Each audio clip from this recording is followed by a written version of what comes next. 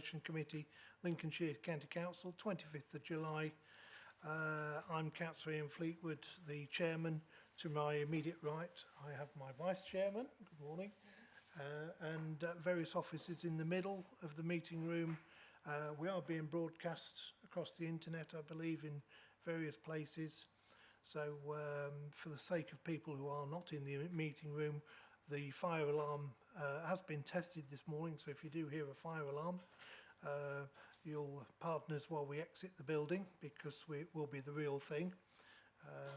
And we will congregate outside the front of the building. People in the meeting room have got water, and I believe everyone's who should be here is here. We've got one or two apologies to come up, so I'll start off with item 1, which is apologies.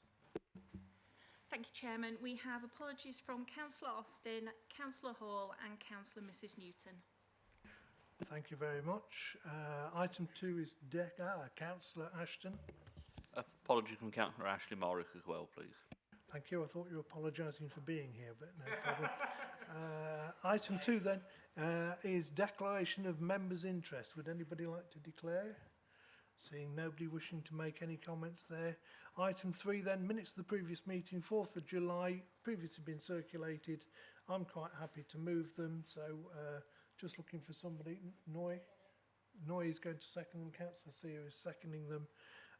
I will assume that I'm not going to ask everyone to put their hands up, but if there are dissenters, please put their hand up. There is a dissenter. Councillor Mrs Overton. Thank you. Just to say, please could I record my apologies? I couldn't be here at that meeting. Thank you. Okay, thank you. So that's apologies for not sending apologies. No problem. So we'll move on to item 4, which is County Matters application.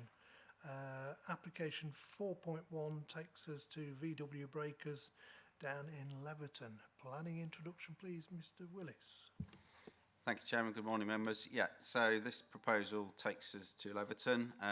The application is for a change of use of land and existing buildings from a use of haulage depot and use Class B1 to an end-of-life vehicle dismantling facility.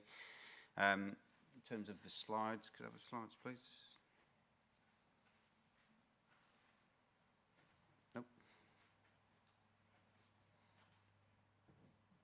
No.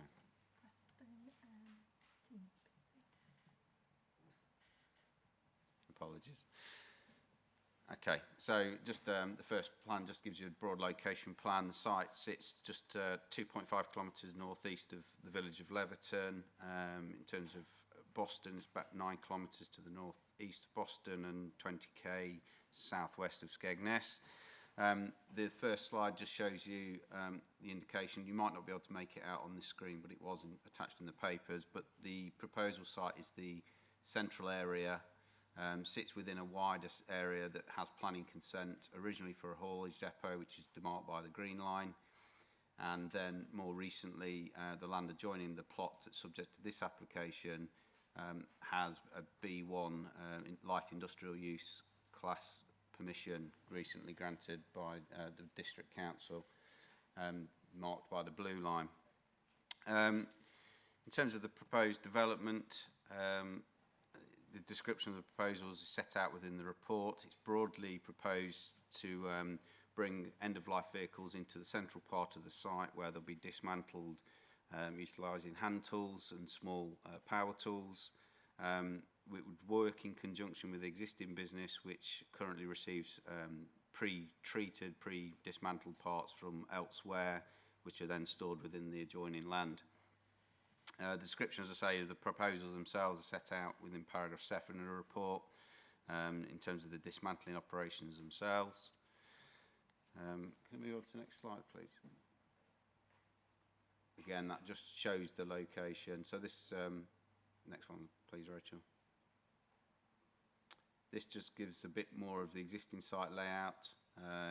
The building on the right, as you would see there, is the existing B1 use, and we're looking at the central area there with the existing workshops and yard area. Next slide, please. This is the proposed change to the site, so principally not changing any significant changes to the existing buildings. It's more about alterations to some of the doorways, and then utilising the yard for the storage of parts. Next slide, please.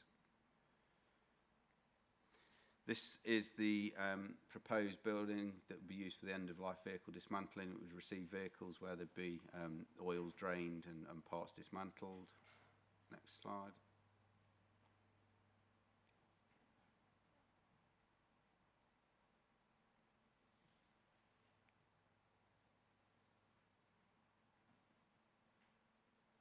And again, just to give you some views of the existing site, it is part retrospective insofar as the site's being used. However, the end-of-life dismantling itself hasn't yet commenced proper within the building. But you can see the yard area would be used for the storage of vehicles and parts. Next slide, please. And again.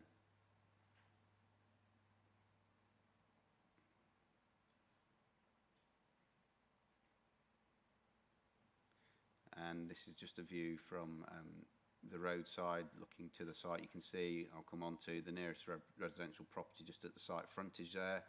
Again, the central part with the grey fencing there is referenced in the report is roughly the boundary, southern boundary of the site. And just to the right on that picture is you can just see the roof of the existing building, which is used for the B1 use. In terms of consultation responses, they're set out in the report. We've had objections from Leverton Parish Council supporting comments that are made by Boston Borough Council, which again raise concerns about the location of this development within the open countryside, concerns about its potential impacts on nearest residential property. Similarly, concerns with regard those issues from the environmental health section of the Boston Borough Council as well. We've also had 2 representations received from local residents, again raising concerns which are set out in paragraph 15 on the report. We've had no objections from the Environment Agency or the Highway Authority.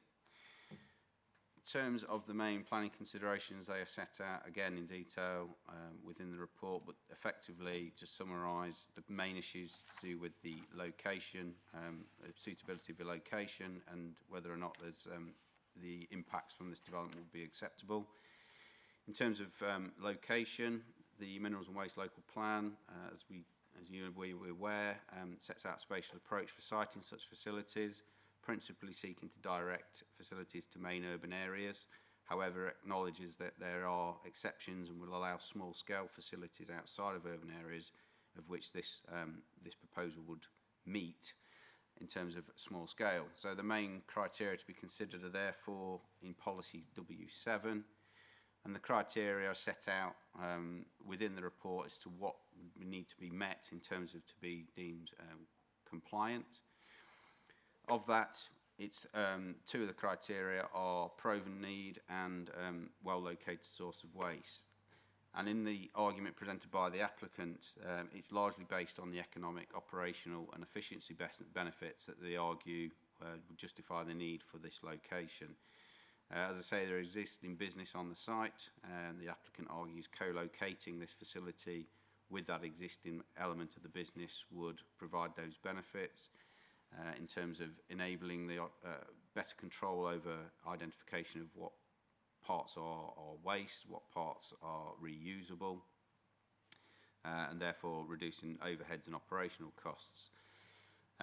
From a point of view from close to location of source of waste, the applicant has acknowledged that the waste streams come from nationwide and not necessarily from the immediate environment, local area,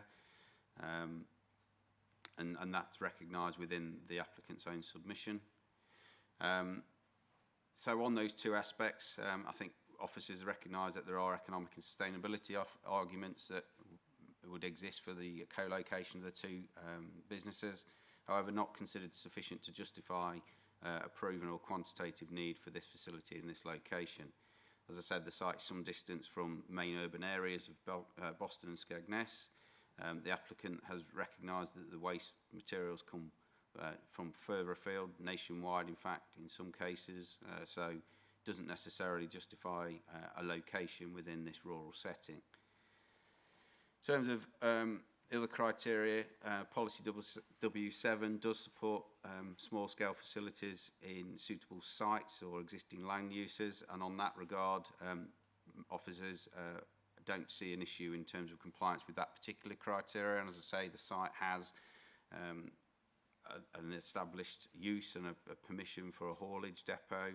It has recently been granted planning permission to use land adjoining to this plot for B1 industrial uses. And so from a purely the existing land use to the proposed use, there's not a conflict in terms of suitable site type.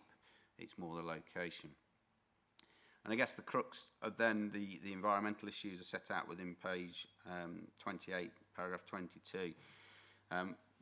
The issues here are to do with the potential impacts of the development, and it's from an operational perspective on the nearest neighbouring residents. And as I say, there is a history of the site having been used for haulage use and recently been granted permission for B1. However, the notable differences between what's been deemed acceptable previously and what's being proposed now is principally to do with the relationship between the nearest residential property and the existing operations. And put simply, effectively, the property at the front of the site had previously had a financial and operational relationship with the existing site. It was in the same ownership and was basically the operator lived in that property. Currently, that's not the case. The property at the front is in separate ownership to the use of the site, and therefore we need to be mindful of that in terms of what's acceptable in terms of impacts from the scheme. So, having looked at that, and whilst it's accepted that there is an existing industrial use on the land adjoining this site, it's felt that there's not sufficient evidence been presented to demonstrate that higher potential exposure to noise would be justified given the separation, the non-financial and relationship link between the property and the business. So, in short, the proposed facility is seeking to establish a new small-scale waste facility in a rural location. Officers feel that the applicant has failed to demonstrate that there's a proven need to locate this facility outside of the main urban areas, and in fact has demonstrated through submission that it's not located well to the waste in which it seeks to serve. There's also concerns expressed, as you see within the report, about the boundary treatment and the fencing around the site, which again, just to reference on that plan, you see some of the site has been marked and screened by virtue of fencing and containers, which again, based on the information that's presented, don't appear to have any planning consent, and it's unclear at this stage whether they're intended to be retained, therefore, as part of the development. So the recommendation is that the planning permission be refused for the three reasons that are set out at the end of the report on page 31. Before the committee consider the report and debate, I should draw attention to the update. Members will be aware that the update was circulated on Friday. The applicant agent has requested that the item be deferred, has claimed that the report presented contains errors and omissions which they felt couldn't be dealt with or clarified within the time that was available to them at the committee meeting. However, you'll see in that response, officers feel that the information that's been presented is correct, and there's nothing that's been presented to suggest a deferral is justified. The applicant's been invited to respond and set out what those concerns and claimed errors are. No response has been received. And with regard to the comments about further information could have been provided if requested, again, some evidence of email correspondence as requested by the applicant has been included for members to look at in terms of what's been sought during the consideration of the application. So from an officer's perspective, satisfied that there is sufficient evidence available for members to make a decision today. However, whether or not the item is to be deferred rests with the committee. So thank you, Chairman. Thank you, Mr. Willis. Obviously, the request has come from the applicant to try and defer the item, but as Mr. Willis has clearly said, that in planning terms, he doesn't believe there is an issue there. So as an authority, I believe we are able to make a decision today. However, I am looking around the committee to see if anyone would like to comment. Obviously, we have no speakers either for or against this, so it is open to committee. Councillor Mrs Overton, please. Thank you. Thank you to the officer for what I see as a very thorough piece of work, and thank you for the clarity that you've just put, Chairman. I would like to support the proposal as it is on the paper. I have looked through carefully and listened carefully, and I do agree that it would be effectively a new application, a new piece of industry, if you like, in what is currently the open countryside, and it is a rural location. And also, I think the points that are given, the point also about the closest property being very near, and I think it is very important that we do deal with this now as it's on the table, and then if they want to put another application in, there's nothing to stop them doing it. Thank you. Councillor Ashton, please. Thank you, Mr. Chairman. I have some familiarity with this site as I live about 5 miles away from it. It's interesting when you to look at the history. I remember it when it was a haulage depot. Prior to that, it was a car garage. At one time, it was Austin Monk's British Leyland car dealership and repair garage. So there is actually a extended history of industrial use, of garage use, of commercial use on this site. And you know, for an awful lot of that period, it was repairing cars, and what we have here is an application for dismantling them. I hear the arguments about it being in open countryside, but equally I bear in mind the previous uses, and it's not unusual in this part of the in this part of the world to have a garage in the middle of nowhere, a small commercial premises in the middle of nowhere, because of the history that has gone with it. You wouldn't for a moment think of plonking this kind of development in this location if there wasn't already something here historically. And I hear the points around W7 that it's not well located for the waste that is coming to the site. Obviously that waste is coming, as the applicant has said, from all over the country, but it does feel actually quite well located for the use of the recycled part, because there is already an existing business on site that is effectively bringing in these parts, it would appear, from other places for storage and onward use. And this is simply bringing the dismantling part adjacent instead of further away. However, in order to, it's not for us, it's for the applicant to be able to demonstrate that this kind of use would fit with the existing residential property that's adjacent. It did all obviously used to be part of the same ownership. It used to, the car showroom is now part of the house. So I'm minded to support the recommendation, but it's not without considerable sympathy for the sense that it appears to make to co-locate these parts of the businesses. I'm just not in my mind convinced that the case has been made that it would be able to be carried on without an undue effect on that neighbourhood amenity. Thank you. I don't believe there's anything for the officer to respond to there, so Councillor Carrington, please. Thank you very much, Chairman.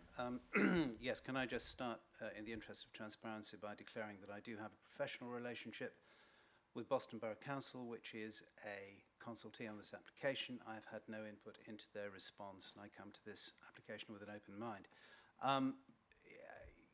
To me, the crucial thing here is that we balance the interests of economic development, which are extremely important, and we have both local and national support for that in terms of policy, particularly in rural areas, with simple matters of neighbour amenity impact. And I think that is the crucial thing in this case.